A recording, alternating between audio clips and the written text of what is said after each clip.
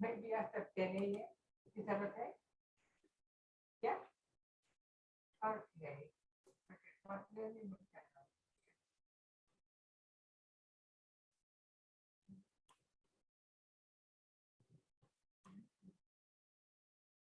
Okay, Miss Diane Campbell.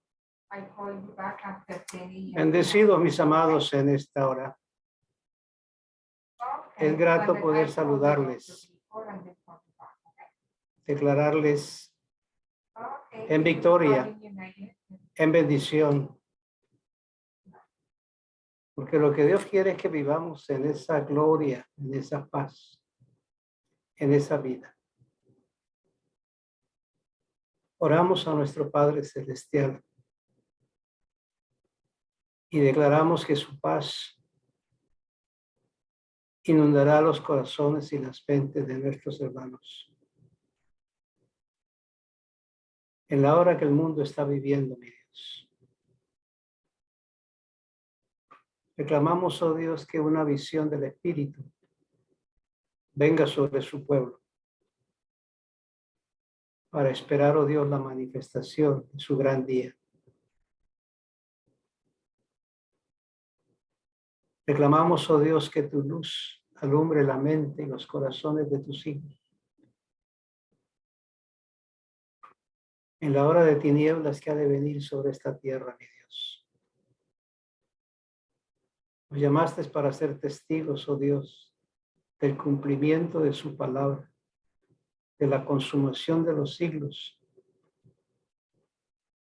Y estamos en esa hora, mi Dios, señalada por tu palabra.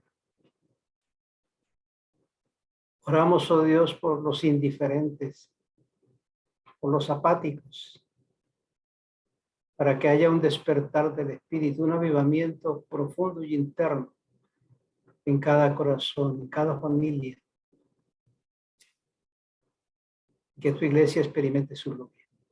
Lo declaramos así en el nombre de Jesús, nuestro Salvador. Amén.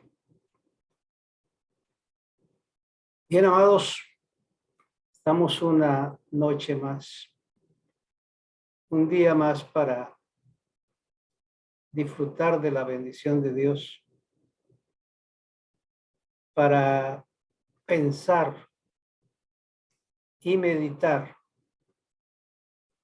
profundamente en el plan de Dios para nuestras vidas. Si bien es cierto, la parte central de Dios para su iglesia siempre fue su presencia, que el pueblo se uniera, enfocara en traer su presencia a sus medios.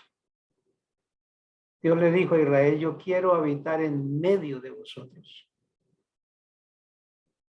Quiere decir que su presencia debía de estar en medio del pueblo.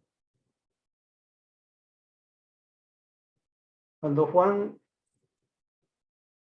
el Bautista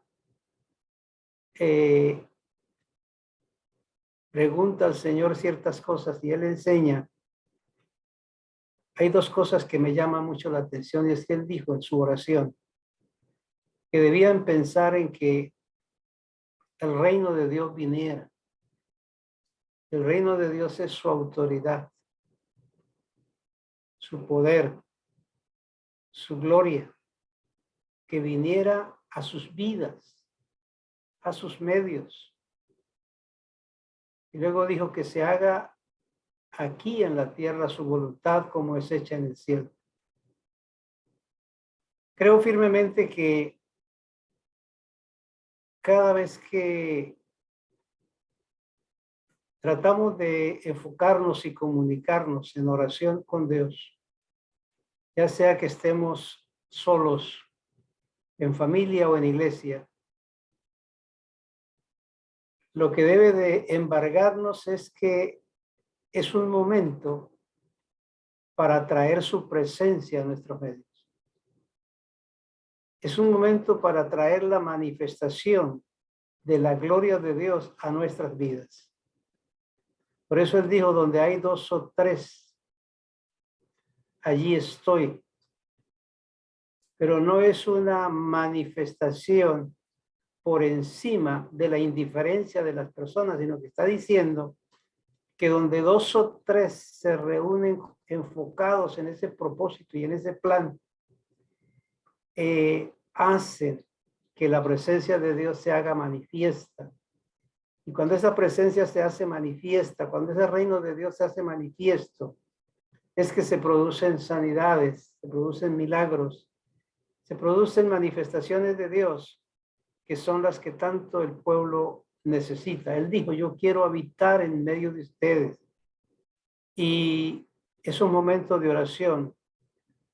Lo que debemos tener pendiente en mente es eso, traer su gloria. Porque cuando oramos y oramos por decir palabras y oramos por llorar, por gritar, por lamentar y presentar necesidades y todo eso, a veces nos levantamos tan vacíos porque no hemos podido entender que es un momento para traer la gloria de Dios, la presencia de Dios, la manifestación de Dios. Cuando alguien va en oración o se encierra o se congrega en un momento dado y hace que esa presencia se manifieste en sus vidas, que se traiga esa presencia de Dios, el impacto es grande y no sale usted como entró, sino que sale con una perspectiva de la presencia de Dios en su vida. Y cada una de nuestras reuniones debe de ser con ese enfoque en nuestra vida. Bueno, mis amados, estamos ahí en la Biblia. Creo que tienen sus Biblias, tienen su libro de notas. Y entonces hoy vamos a abrir la palabra, ¿dónde?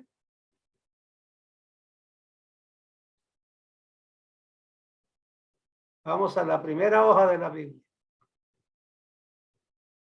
Al Bereshit, el principio de todas las cosas. Estamos hablando de esa palabra, Bereshit. ¿Qué quiere decir? ¿Qué significa? ¿Qué quiso Dios que entendiéramos en ese principio de la Torá, de la Biblia, de sus palabras, en ese comienzo de todas las cosas? Y vamos esta noche a mirar ese aspecto de la palabra. No tomamos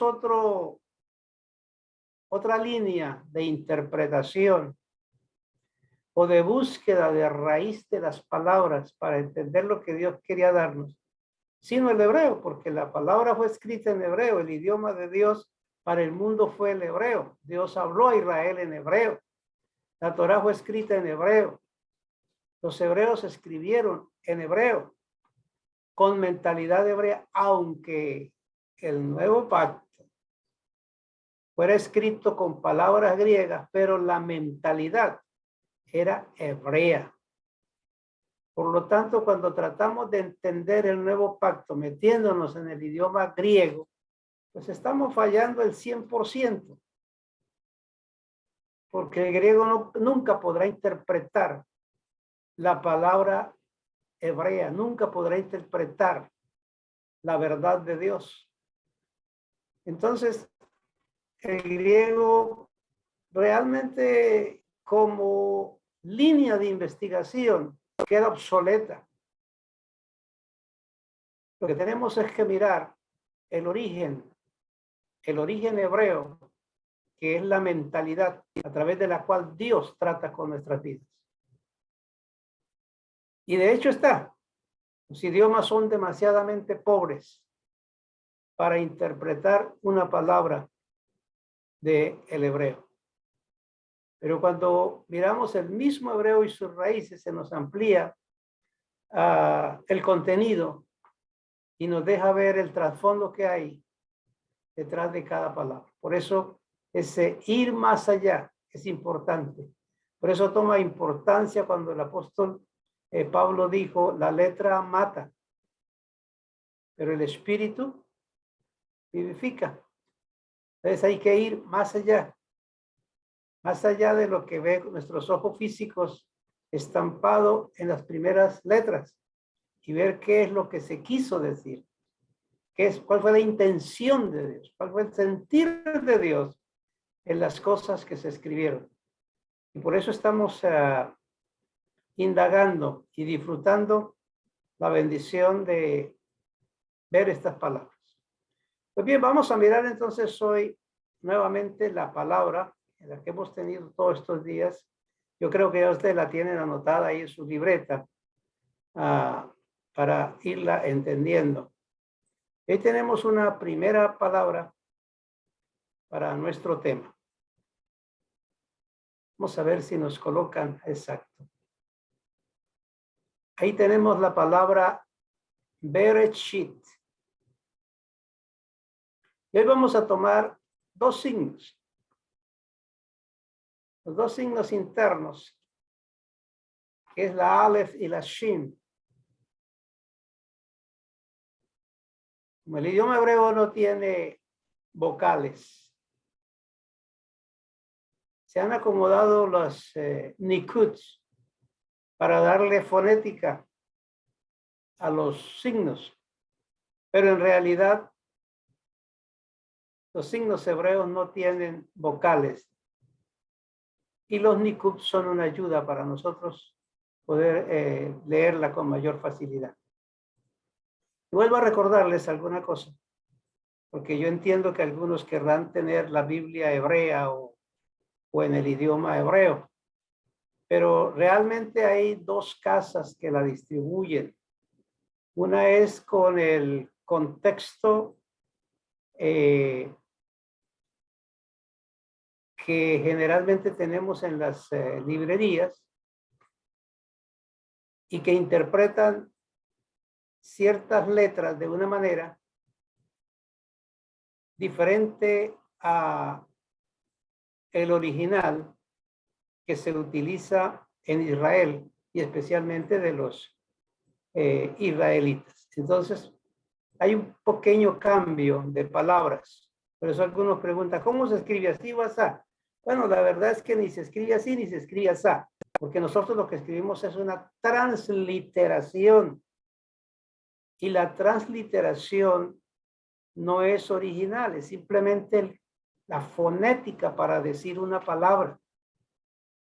Se escribe exactamente como están los signos hebreos, es la realidad. Pero la interpretación de la transliteración es la que cambia. Entonces los askenazis, los judíos askenazis, interpretan la W como V. Pero para nosotros los latinos se nos convierte en U.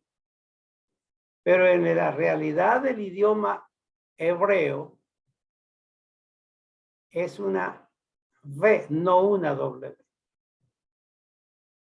Y entonces tenemos varias letras que tienen ese sistema de sonido. Una por los askenazis y la otra por el original de la interpretación del signo directo. Y entonces se nota ese cambio, pero no es que haya un error, sino simplemente situación de transliteración fonética. Pues bien, hoy tomamos entonces esas dos letras, lo cual quiere decir Osh, cuando las separamos, entonces leemos Osh. ¿Qué quiere decir Osh? Bueno, la palabra Osh quiere decir fundamento. Es decir, que Elohim está hablando desde el mismo comienzo de la primera palabra de la Torah, de un fundamento para todas las cosas. La palabra Torah quiere decir enseñanza, instrucción. Los latinos le han acomodado la palabra ley, pero es enseñanza, instrucción. Y por eso se le dice la Torah. Entonces, en esa palabra, Dios incluyó que el universo estaba establecido sobre un fundamento. No fueron las cosas puestas al azar, sino que había un fundamento firme en todas las cosas. Y eso es lo que esa palabra nos translitera a través de toda la historia de la Biblia, el fundamento. De hecho, a la sociedad le fue dado tener un fundamento o principios sobre los cuales existir. Por ejemplo, a Adán y a Eva se le dio el fundamento de unas palabras. El fundamento era ese reglamento, esas reglas establecidas. Cuando le dijo, de todo esto ustedes pueden comer, pero de esto no comen. Eso es el fundamento. Ellos si se mantenían en el fundamento, entonces se mantendrían en la condición y en la posición en la cual Dios los había colocado. Pero ellos abandonaron el fundamento. Al abandonar el fundamento, trajeron el caos a sus vidas y por ende lo transmitieron al mundo. Entonces el fundamento es importante. Y esa fue la Torá. Hoy nosotros vemos a través de la escritura unas declaraciones de todas estas cosas y la verdad es que los fundamentos se han derrumbado. Hoy por lo menos se está lanzando una filosofía desde los pequeños bebés, instruyéndoles en que los fundamentos de Dios tienen que ser destruidos, tienen que ser olvidados, que los fundamentos de Dios tienen que quedar obsoletos, igual que allá en el Edén. Con que Dios ha dicho que hay que mantenerse en un fundamento. No es así, porque lo que Dios quiere es que ustedes sean esclavos, pero si ustedes no obedecen el fundamento van a ser libres. Ese fue el mensaje satánico a Adán y a Eva. Y la respuesta pues las conocemos. Hoy nosotros vemos que se está derrumbando el principio del género. El libro del Génesis es muy claro cuando dice cada árbol produce semillas según su género. Los animales se reproducirán según su género. Y al hombre lo hizo según su género. Macho y hembra. Varón y mujer. Ish y Isha. Pero esos principios son los que se están combatiendo desde el Edén hasta el día de hoy. Para ello están trabajando la filosofía, la psicología y hasta la teología. Está derrumbando los principios establecidos en la palabra. El Salmo 11, verso 3 dice que si los principios de Dios, los fundamentos de Dios, se han de romper, se han de deshacer, ¿qué debe de hacer el creyente? Es la cosa. Si el creyente no se ha establecido en los fundamentos de Dios, va a quedar sin piso. Va a quedar como el creyente que mantiene de aquí para allá, pique aquí, pique allá. ¿Quién es su pastor? No, yo voy donde me coja la noche. ¿Y cuál es su iglesia? No, yo donde pues, de reúna, yo me reúno. Este que no tiene piso, no tiene fundamento, pues están en el aire. Dios no hizo las cosas así. Dios puso fundamento y él dijo, y no será removido de su lugar. Los fundamentos de Dios establecidos en esa palabra primera de la escritura, que es la palabra Bereshit, y que leemos la palabra Osh. Realmente lo que enfatiza es en las 4 columnas de la tierra, del universo, que señala la escritura. Es el Emet, el Sedek, el Ahabab y el Musabí. Es decir, la verdad, la justicia, el amor y la moral. Son las 4 columnas en las cuales Dios estableció la tierra, la sociedad. Cuando estas columnas se resquebrajan, hay caos sobre la humanidad. porque cambian la verdad por la mentira, la justicia por la iniquidad, el amor por la falsedad y la moral por la corrupción. Solo basta que ustedes vean Romanos capítulo 1 y capítulo 2 y encontrarán el resultado de romper, violar y desquebrajar las normas del fundamento de Dios, quebrantar las columnas del fundamento de Dios. Así que Dios no creó al hombre sin fundamento, lo creó con fundamento y lo puso en fundamento y le dijo, el día que ustedes abandonen el fundamento, ese día comienzan a morir. Y eso es algo que nosotros tenemos que entender hoy más que nunca. La justicia, la verdad, la moral y el amor. La tierra está sobre esas columnas, dice el libro de Job, capítulo 9, el verso 6. La tierra está sobre columnas firmes, dice. Y si miran el Salmo 75, verso 3 y Romanos 2, notarán que se arruina la tierra y sus moradores cuando se violan los principios de Dios, el fundamento de Dios.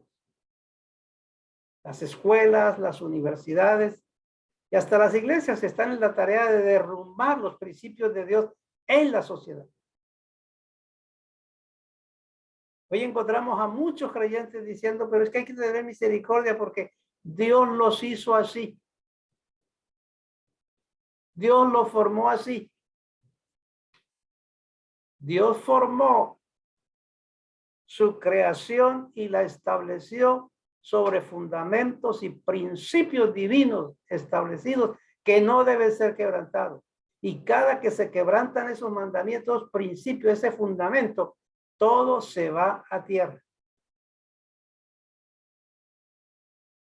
En las iglesias muchas veces desconocen el pacto de gracia, la revelación del pacto. Se encuentra mucha gente hablando de, estamos en el Nuevo Testamento. Bueno, en realidad testamento, la Biblia no habla de testamento. No hay un solo verso de la Escritura que hable de testamento. Habla de pacto, antiguo pacto y nuevo pacto. Tampoco habla de alianza.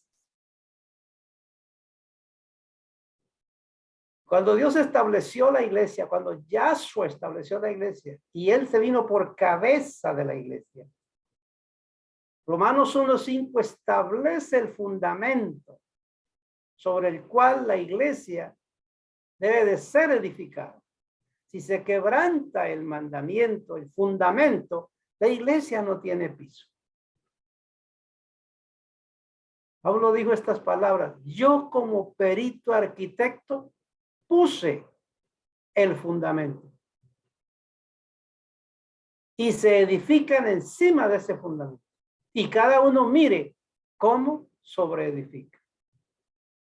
Por lo tanto, hay que entender eso.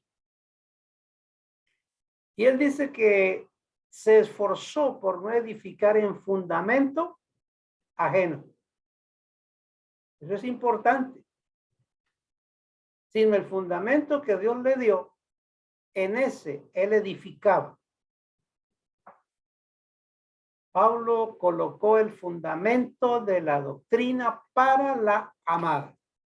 Puede que muchas iglesias, puede que muchas organizaciones, puede que muchas sectas, puede que muchas creencias tenga cada una su propio fundamento, pero el fundamento de la amada esposa de Yahshua fue establecida por el apóstol que él colocó, es Pablo. Y colocó la gracia revelada. Y eso es necesario entenderlo. Usted mismo no puede edificar su vida en fundamento ajeno. Tiene que edificarla en Yahshua. Usted no puede vivir en la fe de otro, ni en las experiencias de otro. Usted tiene que vivir en la fe que a usted le fue dada, en el fundamento que a usted le fue dado. Tiene que vivir en la palabra que usted ha recibido.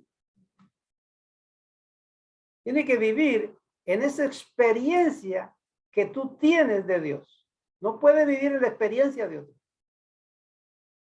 Por eso esta es una relación íntima y personal de el creyente y Dios.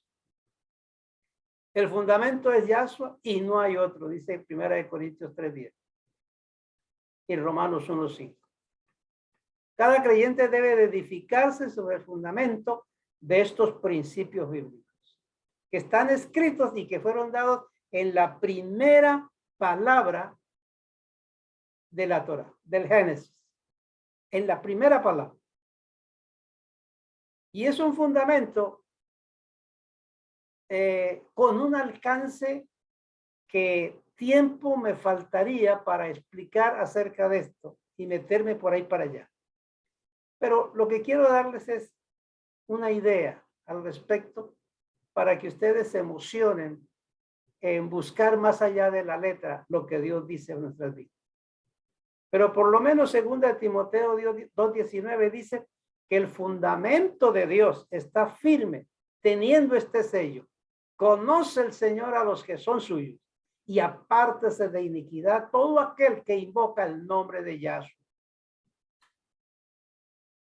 Ahí está abierto un plan soberanamente glorioso que quizá un día pudiéramos tener el tiempo para hacerlo si el Señor nos diera esa oportunidad. ¿Por qué Abraham no se estableció en las ciudades donde él lo invitaron a que viviera con ellos? Egipto le abrió las puertas a Abraham, pero no fue. Sodoma le abrió las puertas a Abraham. Los 5 reyes malvados le abrieron las puertas en sus ciudades para que él fuera y fuera un bey en esas ciudades, un cabeza de familia. Gracias. Y Abraham no aceptó. ¿Por qué no aceptó? Porque dice la escritura que él tenía un fundamento, tenía puesta su mirada en una ciudad cuyo fundamento estaba hecho por Dios, cuyo arquitecto y constructor era Dios. Cuando usted tiene un fundamento establecido en lo que Dios te ha dado, este mundo no lo vislumbra, tampoco lo deslumbra. Este mundo lo usas, pero tú tienes tus ojos puestos en el fundamento eterno de Dios. Esa es la única manera de poder quitar los ojos de este mundo y saber dónde estás parado. Que miremos la primera palabra del Génesis. Hay un fundamento y un fundamento glorioso que se nos define con la palabra Osh.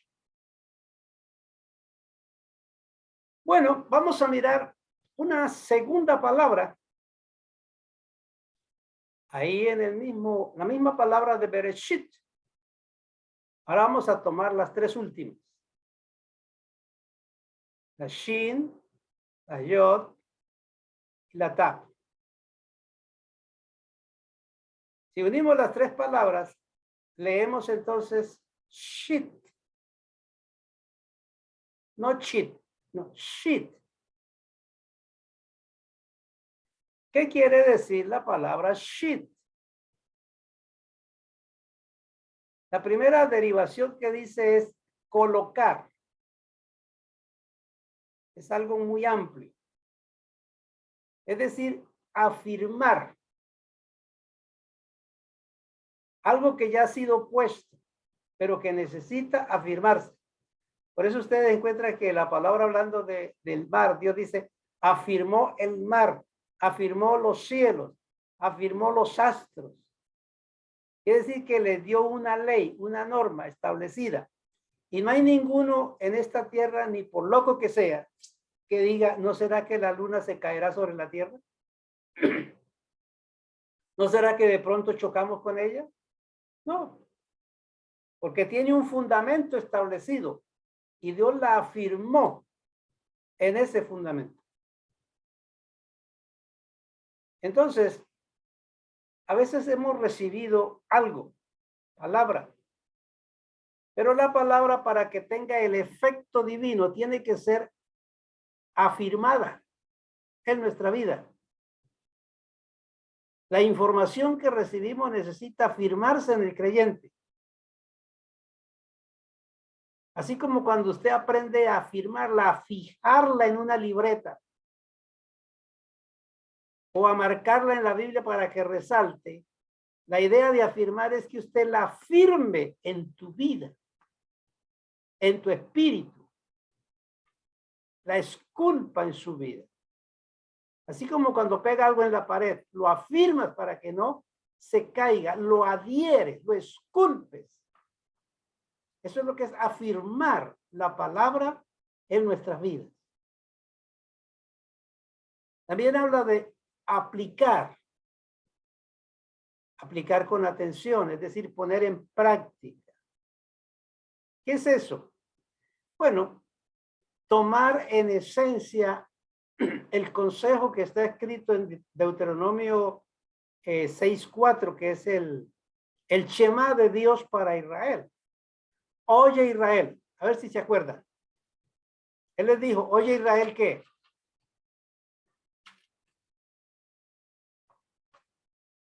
Bueno, lamento que los micrófonos siempre están cerrados, pero lo que Dios le dijo a Israel fue, oye Israel,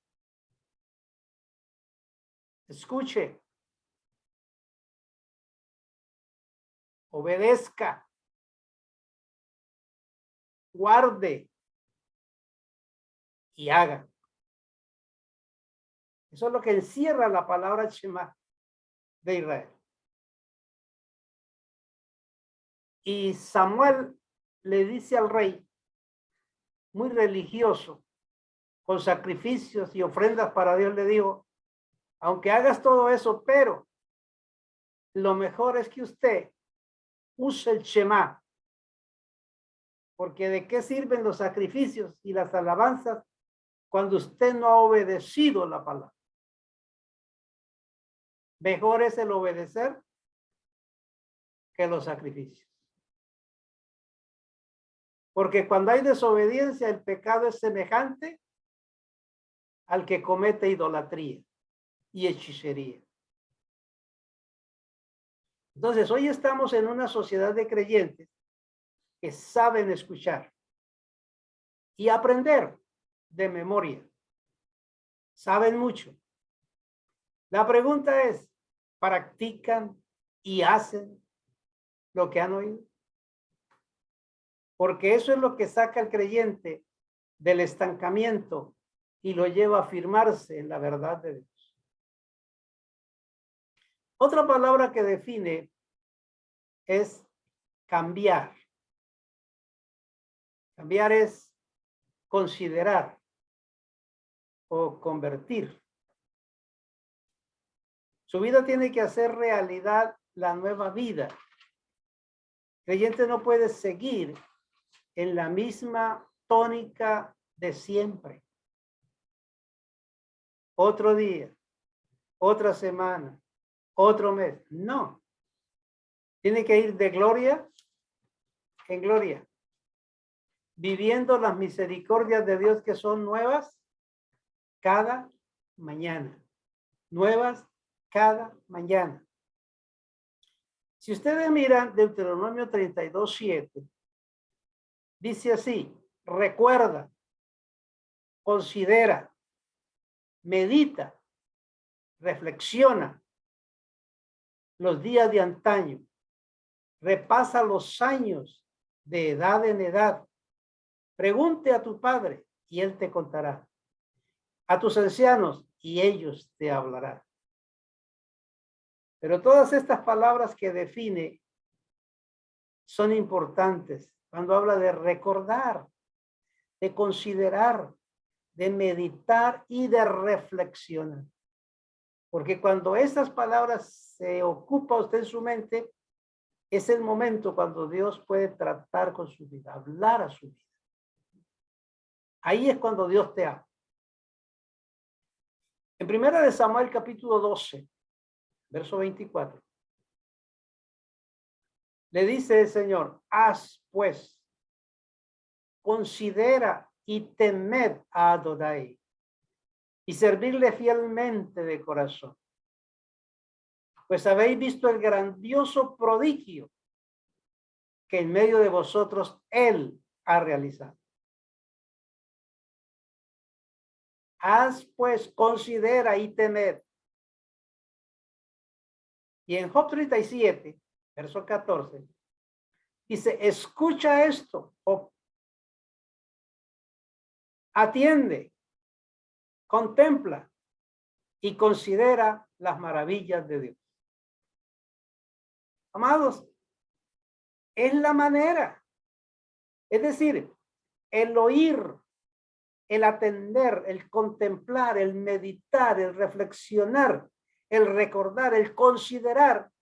Es como cuando le regalamos un teléfono a alguien en un país y nos vamos a otro y le decimos, cada que necesites hablarme, usa el teléfono. Te lo doy para eso. Si no lo usa, puede subirse al monte alto y gritar, quiero hablarle, lo necesito. No te va a oír. Por eso te dio un teléfono. Dios nos dio la capacidad de oír para considerar, temer, hacer, recordar, meditar, reflexionar. Si hacemos eso, estamos comunicándonos con facilidad con Dios. Porque Dios nos habla a través de la contemplación. ¿No dijo David una vez? Los cielos cuentan la gloria de Dios y la expansión anuncia la obra de sus manos. Y siguen mirando por ahí para allá las declaraciones de David, notarán que la meditación de él ponía en alto el nombre de Dios porque tenía comunicación con él. Eso es meditar, eso es reflexionar. Es la única manera como Dios nos habla.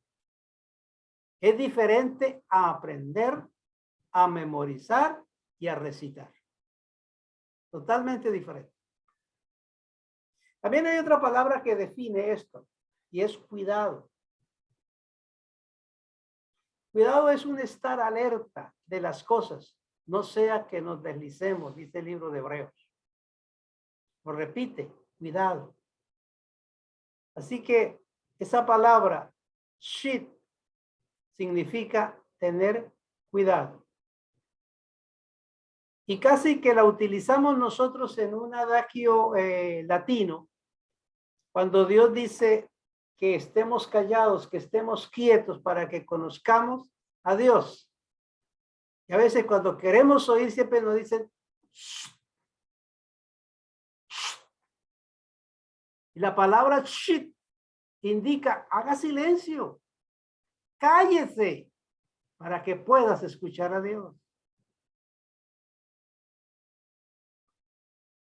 Porque a veces el alboroto que formamos clamando, llorando, gimiendo, reclamando, nos impide oír lo que Dios quiere decirnos.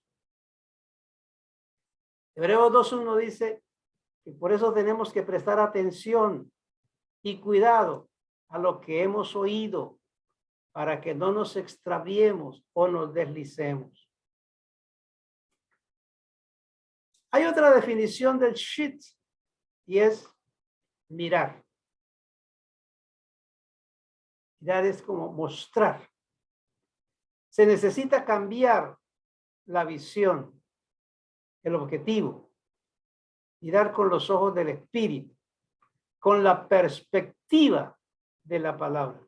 Porque lo que usted generalmente aprende a ver con tus ojos físicos, deduce ciertas cosas que están lejos de la realidad, de lo que Dios ve y del plan que Dios tiene. Eso tenemos que observarlo. Por eso 2 Corintios 4:18 dice, nosotros no aspiramos o nos embelezamos en estas cosas que se ven, sino en las que no se ven. Porque las que se ven son efímeras, pero las que no se ven son eternas. Entonces a veces nosotros miramos, por decir algo, un ejército detrás de Israel, un mar bloqueándoles el paso y un Israel sin espadas. Nos paramos en una colina a mirar y lo que nosotros vemos es, ahora sí se fregaron. Los mataron. Y se meten al mar, se ahogan. Y se quedan ahí, vienen y los acribillan. Así que llegaron a su final. Eso es lo que vemos. Pero Moisés no miraba eso. Moisés dijo, está quietos y cállense y esperen ver la salvación de Dios. Y eso fue lo que pasó. Cuando llegaron al desierto, ¿qué es lo que nosotros vemos? Se les acabó la comida, se les acabó el agua, están en medio de enemigos. Por la noche lo que hay es serpientes y escorpiones y fieras del campo. Entonces lo que hay es un frío tan aterrador en la noche y un sol tan candente en el día. Se les murió el ganado, se murieron los niños y los viejitos porque no van a resistir. Me han dicho, aquí se aniquiló Israel. Eso es lo que vemos. Pero Dios no estaba mirando eso. Dios miraba otra cosa.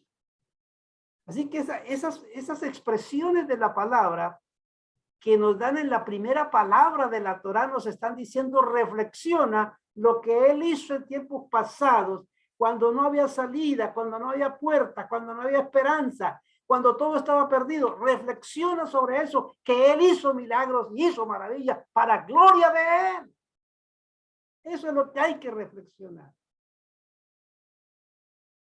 Cómo me encanta a mí mirar el trasfondo de la palabra.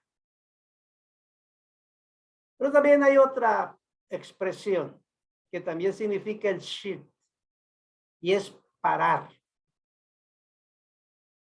Poner, o sea, parar el estilo de vida que hemos traído. Poner sus pies en el camino recto y traer los principios de Dios a su vida. Poner en balanza. He dicho últimamente que es muy bueno, muy saludable, que cuando usted vaya a orar, piense, la oración que voy a hacer hoy es igual que la que hice ayer. ¿Va a ser igual? Voy a vivir, cuando amanece la mañana y dice, voy a vivir este día igual que lo viví ayer. Ponga en balanza el hoy con el de ayer, porque el mañana a lo mejor no vendrá. Entonces haga que el de hoy pese más que el de ayer. Que la oración que vas a hacer hoy sea mejor que la que hizo ayer. Es importante poner en balanza y reflexionar. Abraham no paró para reflexionar y cometió grande error. Moisés no paró para reflexionar y le costó grandes cosas en su vida. Pablo no reflexionó y también tuvo su gran problema. Dios intervino. El que nos hace reflexionar es el Señor. Y esta palabra que estamos recibiendo es para que paremos y reflexionemos. También indica traer. Quiere decir traer a manifestación la vida que ya Dios nos ha dado. Traerla, manifestarla. No esperemos nada de arriba, ya todo está dentro. También indica vestir o ser entendido. Vestirse del nuevo hombre. Cubrirse con los principios del pacto. Mantenerse bajo cobertura, bajo sujeción y sumisión, cosa que muchos desconocen hoy en día. También indica fijar, hacer, imponer. Es decir, escribir en su mente y en su corazón esos principios de Dios. La palabra que ha oído, como dice el apóstol Pablo, hasta que sean cartas leídas. O sea, fijar en la mente y el corazón las palabras de Adonai. Ahí, para vivirlas y creerlas. Así que parece que la primera palabra del Génesis es una advertencia para vivirla y creerla, examinarla, vivirla, fijarla, mantener en cuenta para no deslizarse en su diario caminar. Vamos a mirar una última palabra de Bereshit. Incluimos las 3 últimas letras, por supuesto, también, pero cambiamos el nikud y ahora nos va a decir que se pronuncia child. Child. ¿Qué quiere decir child? Quiere decir arrancar o desechar las hierbas malas o matorrales que crecen, como si estuvieran en un campo. Hablando de la vida espiritual, Yahshua dijo lo mismo. Arrancar y desechar todas esas malas costumbres, todas esas malas mañas, malas enseñanzas, malos conceptos, ideas, formas, métodos que han nacido en su corazón o que han impuesto. La religión puso muchas cosas que están fuera de la palabra. Pero todavía algunas de esas hierbas malas se quedan en el corazón, echando raíces y después surgen. Algunos mantienen vivos ciertas actitudes y enseñanzas, pero hay que arrancar todo lo que vino sembrado y que no es de Dios ni es de su palabra. Eso significa también limpiar la conciencia de obras malas y recuerdos dañinos, limpiar el alma de las intenciones carnales que son contrarias al espíritu, arrancar toda cizaña del mal que fue sembrada por el mal proceder. Ese child tiene que estar figurando en la mente del Hijo de Dios para que pueda tener una vida de paz y una vida de tranquilidad. Quitar los espinos que ahogan la semilla, la buena palabra, porque las malas costumbres, los malos conceptos, las malas ideas, los pensamientos contrarios a la palabra, la rebelión, la obstinación, hace que cuando la palabra llegue, por más que se goce con ella, esas cosas ahogan la palabra y no permite que dé fruto. Por eso es bueno que se presente delante de Dios, reconociendo que Él es la luz para que alumbre el último rincón de tu vida con su presencia y quite toda tiniebla, toda iniquidad y nos haga una vida limpia y nos dé una conciencia limpia. El plan de Dios es limpiar su era para que produzca el fruto abundante. Recuerdan ustedes que hablando de la semilla de uva, él dice que el pámpano que lleva fruto lo limpiará para que lleve más fruto. El plan de Dios es que su era se limpie cada día, se limpie más y más.